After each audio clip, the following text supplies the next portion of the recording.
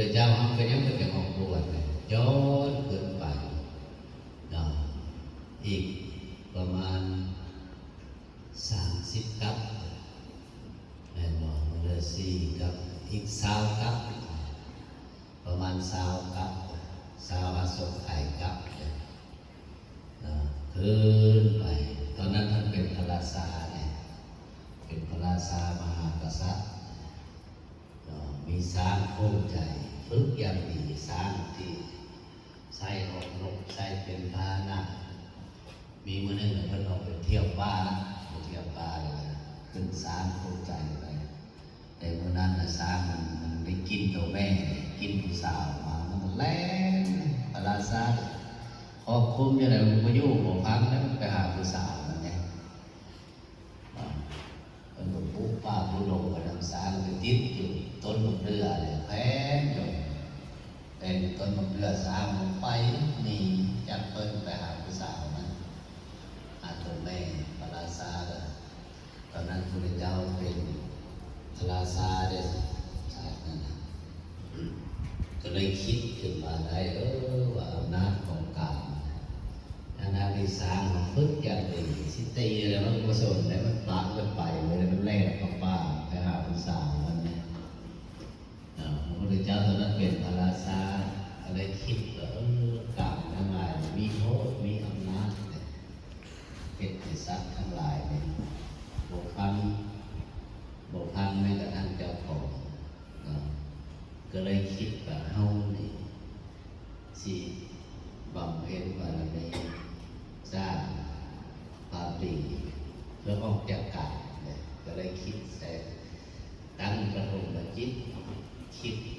เป็นพระโพธิสัตว์เป็นผู้บำเพ็ญเพียรบารมีเพื่อเป็นพระพุทธเจ้าในกรรมนั้นนะคิดโดยจิตโดยใจ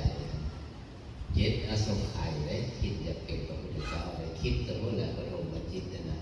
ว่าแม่อยู่ๆมันจะเป็นตัวใดคิดแล้วก็สร้างความดีสร้างบารมีมา7 อสงไขยมาอีกอสงไขยที่8เกิดเป็นลูกสาวประมงเนี่ยเกิดเป็นลูกพ่อค้าสาวประมงหาปูหาปลาค้าขาย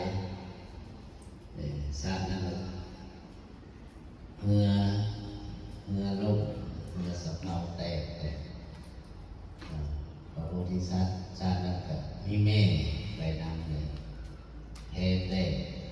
อยู่ทะเลมันก็ลอยเบรกแม่ตัวเองนะเบรกแม่ยันแม่จมน้ำเลยทุกข์เลยก็สิฮอดฝั่งคิดลอยไปน้ำคิดไปน้ำสู้เอาแม่ตัวเองไปน้ำก็เลยคิดกันเท้าข้ามได้แล้วก็จะเอาผู้อื่นข้ามเป่งวาจาออกมาอีก9 อสงไขยเป็น11 อสงไขยเนี่ยอสงไขยนี่มันนับปีก็ได้เนี่ยนับกับนับกันก็ได้ตายเกิดอย่างไรเพราะว่าอสงไขยนับก็ได้จะได้17 อสงไขยแม่บอก7 กับ 9เป็น16เนาะ16 อสงไขยจังหวะถึงพยาทุกเกิดไปจากพระพุทธเจ้าที่ก่อน